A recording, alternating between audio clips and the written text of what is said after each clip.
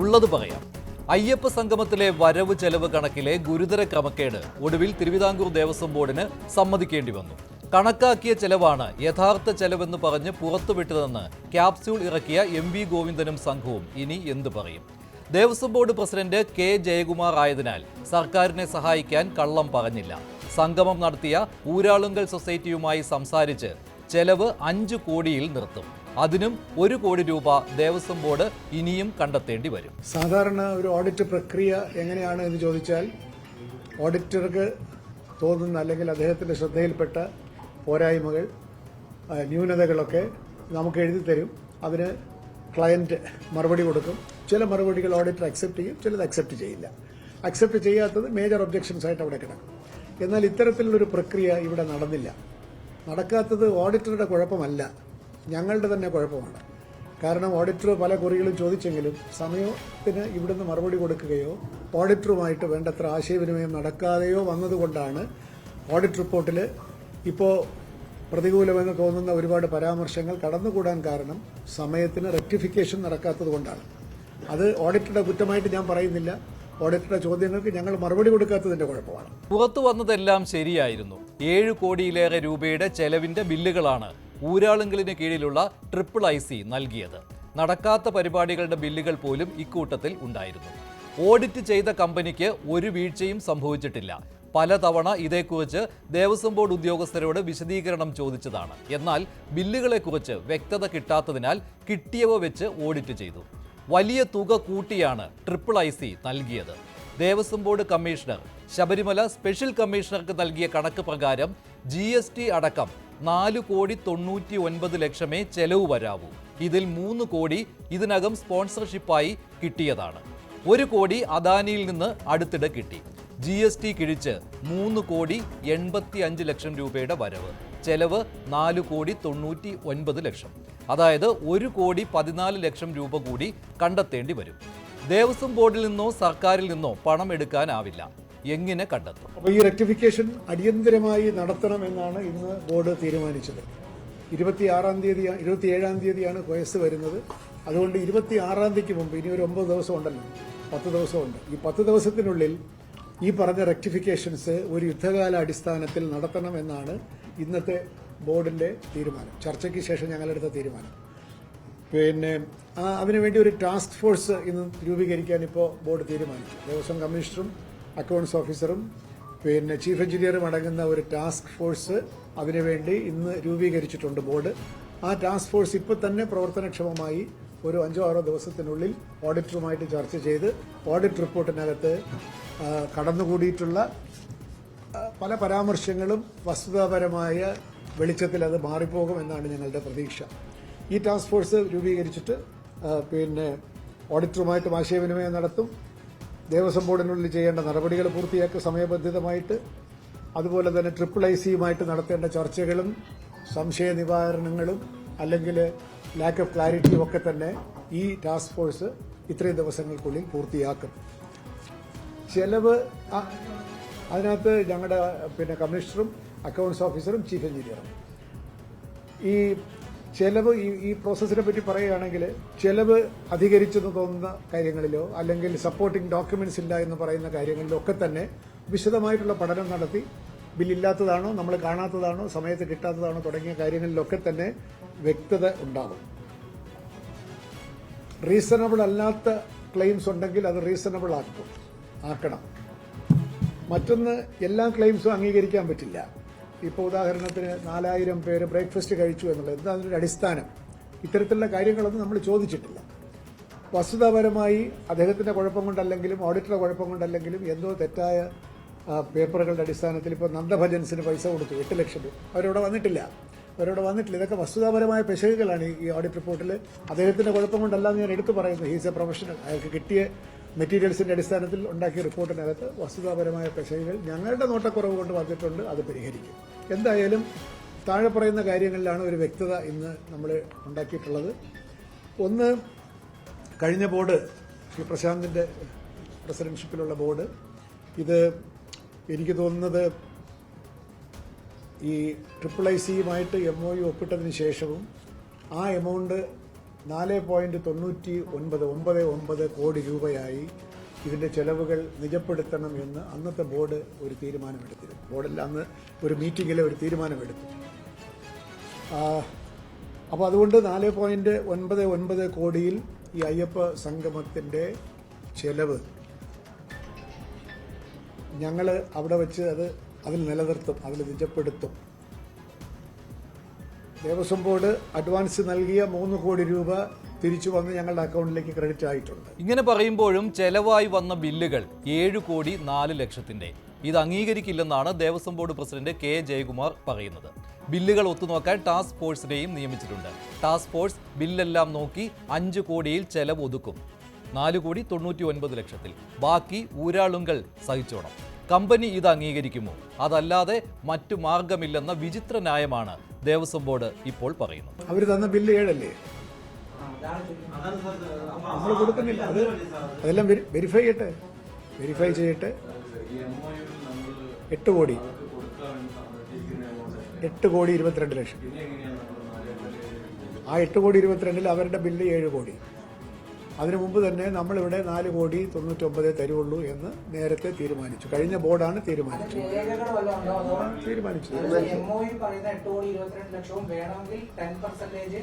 Additional ആയി കൂടി നൽകാമെന്നും പറയുന്ന MOU ഉള്ളപ്പോൾ നമ്മൾ ഈ 4.99 തരുവുള്ളൂ. വാക്കാലായിരിക്കും സാർ പറഞ്ഞ ഈ 4.99 പറയുന്നത്. ഞങ്ങൾ പറഞ്ഞ വാക്കല്ല, അന്നത്തെ ബോർഡ് അവരോട് പറഞ്ഞതാണ്. അത് റിട്ടേൺ ആയിട്ടുണ്ടോ? എനിക്കറിഞ്ഞു. കമ്മ്യൂണിക്കേറ്റ് സ്പെഷ്യൽ കമ്മീഷണർക്ക് കൊടുത്തിട്ടുണ്ട്. കോടതിയിലും പറഞ്ഞു. അപ്പോൾ അവർക്ക് 4.75 കിട്ടുള്ളൂ. 4.75 അവർക്ക് കിട്ടുള്ളൂ. അവർ സമ്മതിച്ചു എന്ന് ഞാൻ പറയുന്നില്ല. ഞങ്ങൾ കമ്മ്യൂണിക്കേറ്റ് ചെയ്തിട്ടുണ്ട്. ഇതിൽ കൂടുതൽ കൊടുക്കാൻ ഞങ്ങൾക്ക് നിവൃത്തിയില്ല.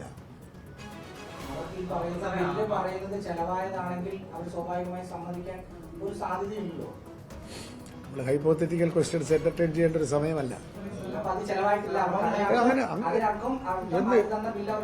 അങ്ങനെ ഞാൻ പറയുന്നില്ല, അങ്ങനെ സൂചനയുമില്ല.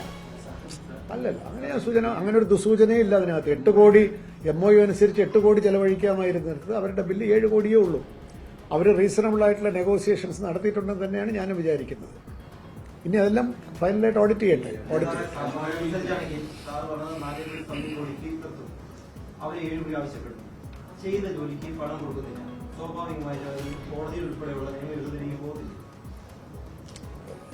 അങ്ങനെയൊന്നും ഞാൻ കരുതുന്നില്ല.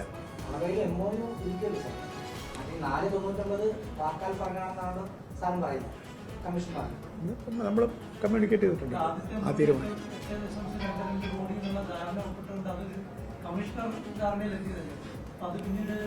ഇത് ഞങ്ങൾ രണ്ടുപേരും ചെയ്തൊരു കാര്യമല്ല ഇത്. അതിനപ്പുറത്തേക്ക് പോകാനും വയ്യ. കോടതിയിൽ നമ്മളത് സബ്മിറ്റ് ചെയ്തു പോയി. അയ്യപ്പ സംഗമത്തിന്റെ നടത്തിപ്പിന് കരാർ ഒപ്പിട്ടത് 8,22,00,000 രൂപയ്ക്ക്. ചെലവ് വന്നത് 7,04,00,000. പക്ഷേ 4,99,00,000 കൊടുക്കൂ. അതിൽ 3 ലക്ഷം കൊടുത്തു. 85 ലക്ഷം കിട്ടും, ബാക്കി കണ്ടെത്തും. പക്ഷേ 7 കോടിയും വേണമെന്ന് കരാർ കമ്പനി നിർബന്ധം പിടിച്ചാലോ? ചെയ്ത കൂലിക്ക് പണം സ്വാഭാവികമായിട്ടും അവർ ആവശ്യപ്പെടുമല്ലോ. ഉത്തരമില്ല തിരുവിതാംകൂർ ദേവസ്വം ബോർഡിന്. പാർട്ടിയുടെയും സർക്കാരിന്റെയും പ്രിയപ്പെട്ട കമ്പനി ആയതിനാൽ കുഴപ്പമില്ലായിരിക്കും. ശ്രീമാൻ ജയകുമാർ അതീവ ബുദ്ധിയുള്ള ഒരു വ്യക്തിയാണ്. വലിയ തീവട്ടിക്കൊള്ളക്കാരുടെ കൂടെയാണ് അന്തിയുറക്കം. അത് വയസ്സുകാലത്ത് അദ്ദേഹത്തിന് ധാരാളം പേരുദോഷമുണ്ടാക്കും എന്ന് മാത്രമേ ഞാൻ ഇപ്പോൾ ഈ വിഷയത്തെക്കുറിച്ച് പറയുന്നുള്ളൂ. കേരളത്തിൻ്റെ ഖജനാവിലെ, ഇത് ദേവസ്വം ബോർഡിലെ ഖജനാവിലെ പണമെടുത്തുകൊണ്ട് നടത്തിയ ധൂർത്താണെങ്കിൽ നമ്മുടെയൊക്കെ നിങ്ങൾക്കും എനിക്കും അവകാശപ്പെട്ട സ്വത്ത് എടുത്തുകൊണ്ട് 20 കോടി രൂപ എടുത്തുകൊണ്ട് തെരഞ്ഞെടുപ്പ് പ്രവർത്തനത്തിന് സർവേ ടീമിനെ ഇറക്കാൻ തീരുമാനിച്ച ഒരു സർക്കാരാണ് കേരളം ഭരിച്ചുകൊണ്ട് മുന്നോട്ട് പോകുന്നത്. വരാൻ പോകുന്ന നാളുകളിൽ നമ്മുടെയൊക്കെ നികുതിപ്പണം എടുത്തുകൊണ്ട് എന്തെല്ലാം ജനാധിപത്യ പ്രക്രിയയെ അട്ടിമറിക്കുന്ന പ്രവർത്തനങ്ങൾക്ക് ഈ മുഖ്യമന്ത്രി നേതൃത്വം കൊടുക്കുമോ എന്നുകൂടിയാണ് ഈ സമൂഹം ഗൗരവത്തോടുകൂടി നോക്കിക്കാണേണ്ടത്. എന്തായാലും കെ ജയകുമാറിന്റെ ബോർഡല്ല ഈ തീരുമാനം എടുത്തത്. പക്ഷേ അതിന്റെ ബാധ്യത അദ്ദേഹത്തിന്റെ ബോർഡിന് മേൽ പതിച്ചിരിക്കുകയാണ്. സർക്കാരിനും CPM-നും താല്പര്യമുള്ള ഊരാളുങ്കലുമായി ചേർന്ന് പണം തട്ടിക്കാനുള്ള നീക്കമാണ് പൊളിഞ്ഞത്. ഓഡിറ്റ് റിപ്പോർട്ട് അതേപടി ശബരിമല സ്പെഷ്യൽ കമ്മീഷണർക്ക് കിട്ടിയതോടെ ആ തട്ടിപ്പ് പൊളിയുകയായിരുന്നു. സ്പെഷ്യൽ കമ്മീഷണർ റിപ്പോർട്ട് ഹൈക്കോടതിക്ക് നൽകിയതോടെ തിരുവിതാംകൂർ ദേവസ്വം ബോർഡ് കൃത്യമായ വരവ് ചെലവ് കണക്ക് നൽകണമെന്ന് വന്നു. ഇനി ടാസ്ക് ഫോഴ്സ് ബില്ലുകൾ നോക്കി തീരുമാനമെടുക്കും. എന്തായാലും ഒരു പൈസ പോലും ദേവസ്വം ബോർഡിൽ നിന്നോ സർക്കാരിൽ നിന്നോ ചെലവാക്കില്ലെന്ന് കെ ജയകുമാർ പറയുന്നു. അതല്ലെങ്കിൽ കോടതി അലക്ഷ്യമാകും. 4000 പേർക്ക് ഭക്ഷണം കൊടുത്തു എന്നതുപോലുള്ള ബില്ലുകളിൽ സംശയം ഇതുവരെ തീർന്നിട്ടില്ല. ടെൻഡറിലെ സംശയവും അങ്ങനെ തന്നെ നിൽക്കുന്നു. ഊരാളുങ്കൽ സൊസൈറ്റിക്ക് സർക്കാർ കരാറുകൾ ടെൻഡർ ഇല്ലാതെ കൊടുക്കാമെന്ന് വ്യവസ്ഥ മറയാക്കിയാണ് സ്വയംഭരണ സ്ഥാപനമായ തിരുവിതാംകൂർ ദേവസ്വം ബോർഡ് അയ്യപ്പ സംഗമത്തിന്റെ കരാർ ടെൻഡർ ഇല്ലാതെ കൊടുത്തത്. അതും ഊരാളുങ്കലിന്റെ കീഴിലുള്ള കമ്പനിക്ക്.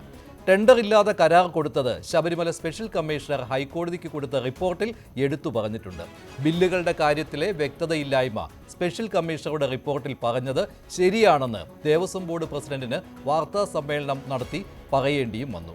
എല്ലാം സർക്കാരിനെതിരായ നുണപ്രചാരണങ്ങളെന്ന് പറഞ്ഞ് ന്യായീകരിച്ചവർ ഇനിയും എല്ലാം എസ്റ്റിമേറ്റ് ആണെന്ന് പറയുമോ? അയ്യപ്പ സംഗമം കൊണ്ട് ശബരിമലയ്ക്കോ അയ്യപ്പ വിശ്വാസികൾക്കോ ഒരു ഗുണവും ഉണ്ടായിട്ടില്ല. ധൂർത്തിന് ചെലവാക്കിയത് 7 കോടി രൂപ. ഹൈക്കോടതിയുടെ നേരിട്ടുള്ള മേൽനോട്ടം ഉണ്ടായിട്ടും ഇതാണെങ്കിൽ മേൽനോട്ടം ഇല്ലായിരുന്നുവെങ്കിൽ എന്തായേനെ?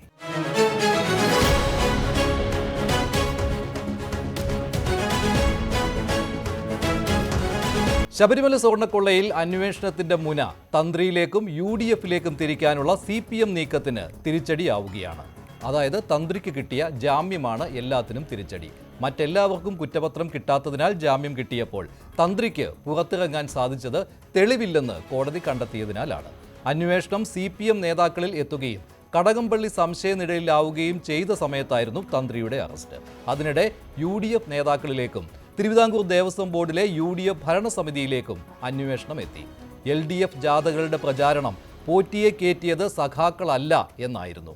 തന്ത്രിയാണ് എല്ലാത്തിനും കാരണക്കാരൻ എന്ന നരേറ്റീവാണ് ഇപ്പോൾ പൊളിയുന്നത്. ഒരു തെളിവും ഇല്ലാതെ ഈ ഒരു കുറ്റകൃത്യത്തിൽ ഒരു പങ്കാളിത്തവും ഇല്ലാതെ ശബരിമല തന്ത്രിയെ പോലെ ഒരാളെ 41 ദിവസം ജയിലിലിട്ടത് എന്തിനാണ് എന്ന് SIT പറയണം. SIT പറയണം. കാരണം CPM നേതാക്കൾക്കെതിരായി ആരോപണങ്ങൾ മൂർച്ച വെച്ചപ്പോൾ അതിൽ നിന്നും വഴിതിരിച്ചു വിടുന്നതിന് വേണ്ടിയിട്ടാണ് മുഖ്യമന്ത്രിയുടെ ഓഫീസിന്റെ സ്വാധീനത്തിൽ ഈ തന്ത്രിയെ അറസ്റ്റ് ചെയ്തെന്നുള്ളൊരു ആരോപണമുണ്ട്. അല്ല, ഞാൻ നിരപരാധിയാണെന്നല്ലല്ലോ ഞാൻ പറഞ്ഞത്. ഒരാളെ തന്ത്രിയെ പോലെ ഒരാളെ അറസ്റ്റ് ചെയ്യുമ്പോൾ എന്താണ് അദ്ദേഹത്തിന്റെ പങ്കാളിത്തം? എന്ത് കുറ്റകൃത്യമാണ് അദ്ദേഹം ചെയ്തിട്ടുള്ളത്? ഏത് ഒഫൻസാണ് ചെയ്തിട്ടുള്ളത്? ഏത് സെക്ഷനാണ് അദ്ദേഹത്തിനെതിരായി അട്രാക്ട് ചെയ്യപ്പെടുന്നത് എന്ന് പറയണ്ടേ? പറഞ്ഞില്ല. അതെന്നെ കോടതി പറഞ്ഞത്. കോടതി പറഞ്ഞത് അയോട്ട ഓഫ് എവിഡൻസ് പോലും ഇല്ലെന്ന, തെളിവിന്റെ ഒരു അംശം പോലും ഇല്ല എന്നാ പറഞ്ഞത്. ശബരിമലയിൽ തന്ത്രി അറിയാതെ ഒന്നും നടക്കില്ല. ആചാരങ്ങളിൽ അന്തിമ വാക്കാണ് തന്ത്രി. സ്വർണ്ണപ്പാളികൾ അഴിച്ചെടുത്തു കൊണ്ടുപോയത് നേരിൽ കണ്ടിട്ടും തന്ത്രി ഇടപെട്ടില്ല, ആരെയും അറിയിച്ചില്ല. കുറ്റകരമായ മൗനമായിരുന്നു തന്ത്രിയുടേത്. തന്ത്രിയെ അറസ്റ്റ് ചെയ്യാനുള്ള പ്രത്യേക അന്വേഷണ സംഘത്തിന്റെ തീരുമാനം അന്ന് സർക്കാരിനെയും LDF-നെയും ചില്ലറയല്ല ആശ്വാസമുള്ള ദിവസങ്ങളാക്കി മാറ്റിയത്. കഴിഞ്ഞ 41 ദിവസവും ഇടതുമുന്നണി നേതാക്കൾ ആവർത്തിച്ചത് ശബരിമലയിലെ കള്ളൻ ആരാണെന്ന് ബോധ്യമായല്ലോ എന്നാണ്. പോറ്റിയും തന്ത്രിയും തമ്മിലുള്ള ബന്ധവും SIT റിമാൻഡ് റിപ്പോർട്ടിൽ ചേർത്തു. തന്ത്രി കണ്ഠര് രാജീവർക്ക് കോടതി ജാമ്യം നൽകിയതോടെ വാദങ്ങൾ പൊളിഞ്ഞു.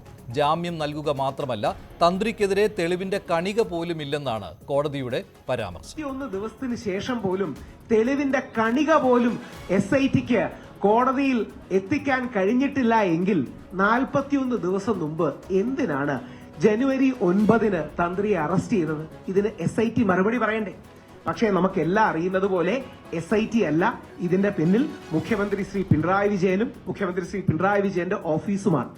തന്ത്രിക്കെതിരെ രാഷ്ട്രീയപരമായ ദുരുദ്ദേശത്തോടു കൂടിയാണ് അറസ്റ്റ് നടന്നത്. CPM-ന് നേരെ കമ്മ്യൂണിസ്റ്റ് പാർട്ടി നേതാക്കൾക്കെതിരെ ചോദ്യത്തിന്റെ മുൾമുന വരുമ്പോൾ അതിൽ നിന്ന് ശ്രദ്ധ മാറ്റാനും CPM-ന് നേരെ ചോദ്യശരങ്ങൾ ഉയരുമ്പോൾ അതിന്റെ മുനയൊടിക്കാനും വേണ്ടിയാണ് യഥാർത്ഥത്തിൽ ശബരിമല തന്ത്രിയെ അറസ്റ്റ് ചെയ്തത്. ശബരിമല തന്ത്രിയെക്കുറിച്ച് ഈ കോടതി വിധിയിൽ പറയുന്ന 2-3 പരാമർശങ്ങളും കോടിക്കണക്കിന് ഭക്തരുള്ള, മില്യൺസ് ഓഫ് ഡിവോട്ടീസ് ഉള്ള ഒരു ടെമ്പിളിന്റെ സുപ്രീം പ്രീസ്റ്റ് ആണ് അദ്ദേഹം. നമ്മുടെ നാട്ടിലെ ഏറ്റവും പ്രസിദ്ധമായ ഹിന്ദു ക്ഷേത്രത്തിന്റെ ആചാര്യനാണ്. കോടതിയുടെ വിധിയിൽ പറയുന്ന വാക്കുകളാണ്. അങ്ങനെയുള്ള ഒരു അമ്പലത്തിന്റെ പുരോഹിതനെ, മുഖ്യ ആചാര്യനെ ഇത്രയും തെളിവില്ലാത്തൊരു കേസിൽ തികച്ചും രാഷ്ട്രീയ പ്രേരിതമായ ഒരു നാടകത്തിന്റെ ഭാഗമായിട്ടല്ലേ അറസ്റ്റ് ചെയ്തത്? SITക്ക് ഇതിന് മറുപടി പറയേണ്ടി വരും. തന്ത്രിക്ക് ഭരണപരമായ ഒരു ഉത്തരവാദിത്വവും SIT പറയുന്ന കാര്യങ്ങളിൽ ഇല്ലെന്നും കോടതി പരാമർശം നടത്തിയതോടെ SIT വെട്ടിലായി. കുറ്റപത്രം നൽകാത്തതിനാൽ പ്രതികൾ ഓരോരുത്തരായി ജയിലിൽ നിന്ന് പുറത്തു വരുന്നതിനിടെയാണ് തന്ത്രിക്കെതിരെ തെളിവില്ലെന്ന ജാമ്യ ഉത്തരവിലെ പരാമർശം. തന്ത്രിയെ കുടുക്കിയതാണോ? ശബരിമല തന്ത്രി സ്വർണ്ണപ്പാളികൾ കൊണ്ടുപോയത് അറിഞ്ഞു എന്നതിൽ സംശയമില്ല. അറ്റകുറ്റപ്പണി വേണമെന്ന് അദ്ദേഹം നിർദ്ദേശം നൽകുകയും ചെയ്തിട്ടുണ്ട്. ദേവസ്വം ബോർഡ് ഉത്തരവിറക്കിയതും ശരിയാണ്. എന്നാൽ സ്വർണ്ണപ്പാളികൾ മങ്ങിത്തുടങ്ങിയെന്ന് തന്ത്രി എഴുതിയപ്പോൾ ദേവസ്വം ബോർഡ് ഉത്തരവിൽ അത് ചെമ്പുപാളികളായി. ഇവിടെ തന്ത്രി നിയമപരമായി തെറ്റുകാരനല്ല. അത് കോടതിയും വ്യക്തമാക്കിയിട്ടുണ്ട്. ഞാൻ അതിനെക്കുറിച്ച് പറയാൻ ആഗ്രഹിക്കുന്നു. ഇവര് ദേവസ്വം ബോർഡ് ചെയർമാനും അവരെല്ലാം അറസ്റ്റ് ചെയ്ത് ചോദിച്ച് അറസ്റ്റ് ചെയ്യുന്ന സമയത്ത് അടുത്ത സ്റ്റെപ്പ് കടകംപള്ളി സുരേന്ദ്രന്റെ ചോദ്യവും കഴക്കൂട്ടം MLA മന്ത്രി, മുൻ ദേവസ്വം മന്ത്രിയായ കടകംപള്ളി സുരേന്ദ്രന്റെ അറസ്റ്റ് ജനങ്ങളുടെ ശ്രദ്ധ തിരിക്കാൻ ആണ് തന്ത്രിനെ അറസ്റ്റ് ചെയ്തത്. ഇതിൽ ആർക്കും ഒരു സംശയമില്ല, ഞങ്ങൾക്കൊരു സംശയമില്ല. കാരണം കോർട്ട് തന്നെ പറയുന്നു ഒരു അയോട്ട ഓഫ് എവിഡൻസ് ഇല്ല. അപ്പൊ അയോട്ട ഓഫ് എവിഡൻസ് ഇല്ലാണ്ട് എന്തുകൊണ്ടാണ് തന്ത്രിനെ അറസ്റ്റ് ചെയ്തത്? ശ്രദ്ധ തിരിക്കാൻ, ആരെ സംരക്ഷിക്കാൻ? കടകംപള്ളി സുരേന്ദ്രൻ, കഴക്കൂട്ടം MLA, മുൻ ദേവസ്വം മന്ത്രി, ഇന്നത്തെ ഏറ്റുമാനൂർ MLA, ദേവസ്വം മന്ത്രി വാസവൻ. മനസ്സിലായില്ലേ? തന്ത്രിനെ അറസ്റ്റ് ചെയ്തു. ഇനിയിപ്പോ ഇവരെ രണ്ടുപേരെ കുറിച്ച് ഒരു വാക്ക് മാധ്യമ സുഹൃത്തും പറയുന്നില്ല, നമ്മുടെ ഡിസ്കോഴ്സിൽ നടക്കുന്നില്ല, SITയും ചോദ്യം ചെയ്യുന്നില്ല. ജാമ്യ ഹർജിയിൽ തന്ത്രി ഉന്നയിച്ച പ്രധാന കാര്യം സർക്കാർ പക വീട്ടിയതാണെന്നാണ്. യുവതീ പ്രവേശനത്തെ എതിർത്തതാണ് കാരണം. സ്വർണ്ണക്കൊള്ളയിൽ തൊണ്ടിമുതൽ പോലും കിട്ടാതെ SIT ഇരുട്ടിൽ തപ്പുമ്പോഴാണ് തന്ത്രി ജയിലിൽ നിന്ന് പുറത്തിറങ്ങുന്നത്. ജാമ്യ ഉത്തരവിലെ പരാമർശങ്ങൾ പ്രതിപക്ഷത്തിന് രാഷ്ട്രീയ ആയുധമാണ്. അത്ര ദുർബലമായ കാര്യങ്ങളാണ് തന്ത്രിയെപ്പോലെ ഒരാളെ അറസ്റ്റ് ചെയ്യാൻ അന്വേഷണ സംഘം ആയുധമാക്കിയത്. തന്ത്രിയെ കുടുക്കാൻ ചെയ്ത വിദ്യയാണെന്ന വിമർശനത്തെ ഇനി സർക്കാർ എങ്ങനെ നേരിടും? തന്ത്രിയാണ് ദൈവതുല്യൻ എന്ന് പറഞ്ഞു നടത്തിയ പ്രചാരണം, പോറ്റിയെ കയറ്റിയത് ആരെന്ന മറുചോദ്യം എല്ലാം ഇനി അന്വേഷണ സംഘത്തെ ഏൽപ്പിച്ച് CPMന് ഒഴിയേണ്ടി വരും. നവകേരള ക്ഷേമ സർവേ എന്ന PR വർക്ക് ഹൈക്കോടതി തടഞ്ഞത് നന്നായി. അയ്യപ്പ സംഗമം പോലെ കോടികൾ മുടക്കിയുള്ള സർക്കാരിന്റെ മുഖം മിനുക്കൽ പദ്ധതിയാണ് ഹൈക്കോടതി തടഞ്ഞത്. സർക്കാർ ചെലവിൽ സർക്കാരിന്റെ പ്രവർത്തനങ്ങളെ ജനങ്ങൾ എങ്ങനെ വിലയിരുത്തുന്നുവെന്ന് കണ്ടെത്തുകയായിരുന്നു ലക്ഷ്യം. ഇത് ജനങ്ങൾക്ക് ഉപകാരമാകുന്ന പദ്ധതി ആയിരുന്നില്ല, മറിച്ച് ജനവികാരം മനസ്സിലാക്കാനുള്ള PR തന്ത്രമായിരുന്നു. ഭരണ തുടർച്ചയ്ക്ക് ജനങ്ങൾ ആഗ്രഹിക്കുന്നു എന്ന് സർക്കാർ ചെലവിൽ മനസ്സിലാക്കാനുള്ള തന്ത്രം. രണ്ടാം തുടർഭരണം എന്ന പ്രഖ്യാപിത ലക്ഷ്യവുമായി തുടർച്ചയായി മൂന്നാമതും ഭരിക്കാനുള്ള നീക്കത്തിനിടെയാണ് സംശയം തോന്നി നവകേരള സർവേ പദ്ധതി നടത്താൻ തീരുമാനിക്കുന്നത്. ജനങ്ങളോട് നേരിട്ട് സംസാരിക്കാനും ജനഹിതം അറിയാനും ചോദ്യാവലിയുമായി സർക്കാർ ചെലവിൽ പാർട്ടിക്കും മുന്നണിക്കുമായി നടത്തുന്ന പദ്ധതി. ഇതിനായുള്ള വോളണ്ടിയർമാർ വീടുകൾ കയറി തുടങ്ങിയിരുന്നു. ജനങ്ങളുടെ മനസ്സറിയുന്നതിനൊപ്പം സർക്കാർ പദ്ധതികളെക്കുറിച്ചുള്ള പ്രചാരണവും ഇവരിലൂടെ നടത്തി വരികയായിരുന്നു.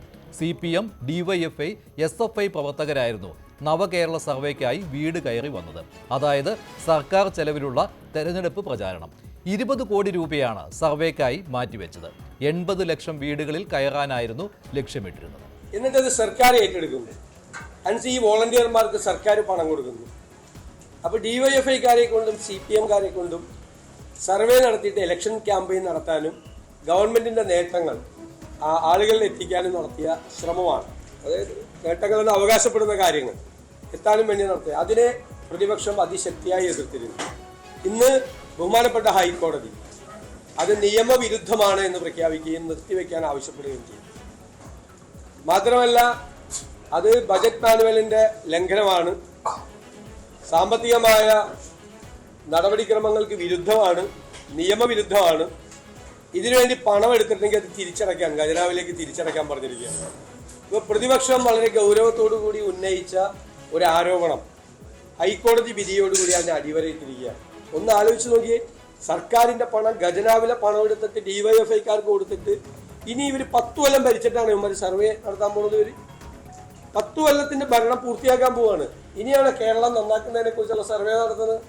അതല്ല യഥാർത്ഥത്തിൽ തെരഞ്ഞെടുപ്പ് പ്രചരണം നടത്താൻ വേണ്ടി സർക്കാർ ഫണ്ടിൽ നിന്നും ഡിവൈഎഫ്ഐക്കാർക്കും CPM-നും ഫണ്ട് കൊടുക്കുകയാണ്. ഇപ്പൊ ഫോറസ്റ്റ് ഡിപ്പാർട്ട്മെന്റിനോട് ഗവൺമെന്റ് പറഞ്ഞിരിക്കുകയാണ്, ഞങ്ങൾ അതിനെയും ചോദ്യം ചെയ്യാൻ പോവാണ്.